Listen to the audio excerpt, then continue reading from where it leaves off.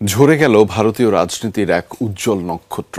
দীর্ঘদিন অসুস্থ থাকার পর মারা গেছেন সাবেক প্রধানমন্ত্রী মনমোহন সিং। প্রখ্যাত এই অর্থনীতিবিদ ও রাজনৈতিক ব্যক্তিত্বের মৃত্যুতে ভারত জুড়ে নেমে এসেছে শোকের ছায়া। হঠাৎ শারীরিক অবস্থার অবনতি হওয়ায় বৃহস্পতিবার রাতে দিল্লির all India institute of medical sciences হাসপাতালে ভর্তি করা হয় তাকে।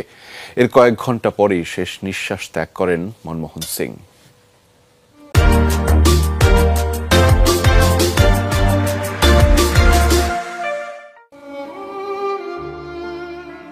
ভারতের প্রখ্যাত অর্থনীতিবিদ, রাজনৈতিক ব্যক্তিত্ব ও ১৩তম প্রধানমন্ত্রী মনমোহন সিং, যার জন্ম পশ্চিম পাঞ্জাবের গাহো এলাকায়। ভারতের সবচেয়ে দীর্ঘ সময় দায়িত্ব পালন করা ভারতের সাবেক এই প্রধানমন্ত্রী ও আলোচিত রাজনীতিবিদ মনমোহন সিং আর নেই। দীর্ঘদিন রোগভোগের পর বৃহস্পতিবার রাতে হাসপাতালে মারা যান তিনি। দেশজুড়ে নেমে এসেছে শোকের ছায়া। পাঞ্জাব বিশ্ববিদ্যালয় থেকে স্নাতক শেষ করে তিনি অর্থনীতিতে উচ্চশিক্ষা গ্রহণ করেন কেমব্রিজ ও অক্সফোর্ড বিশ্ববিদ্যালয় থেকে। ১৯৯১ সালে ভারতের রাজনৈতিক পটভূমিতে অভিষেক ঘটে বিচক্ষণ এ নেতার। সাবেক প্রধানমন্ত্রী পি.ভি. নরসিমহা রাও তাকে নিজের মন্ত্রিসভায় অর্থমন্ত্রী হিসেবে নিয়োগ দেন।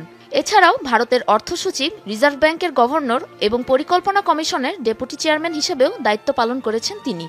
ভারতের প্রথম শিখ ধর্মের প্রধানমন্ত্রী হিসেবে ২০০৪ সাল থেকে ২০১৪ সাল পর্যন্ত টানা ১০ বছর কংগ্রেস নেতৃত্বাধীন সরকারের প্রধানমন্ত্রী হিসেবে দায়িত্ব পালন করেন তিনি। ব্যক্তিগত জীবনে একজন নিরহংকার ও সহজ সরল মানুষ হিসেবে পরিচিত মনমোহন সিং। তার জীবনের সবচেয়ে বড় অনুপ্রেরণা ও নীরব সমর্থক স্ত্রী গুরুশরণ কৌরের সাথে সংসার করেছেন প্রায় ৬৬ বছর।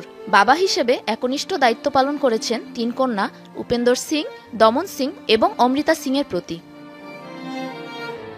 ভারতের একজন খ্যাতনামা অর্থনীতিবিদ হিসেবে পরিচিত ছিলেন মনমোহন সিং। যুক্ত ছিলেন আন্তর্জাতিক মুদ্রা তহবিল IMF, উদার অর্থনৈতিক ব্যবস্থা ইত্যাদি নীতিমালার সাথে। ভারতের রাজনৈতিক এবং অর্থনৈতিক পটপরিবর্তনের একজন প্রধান রূপকার হিসেবে পালন করেছেন গুরুত্বপূর্ণ ভূমিকা।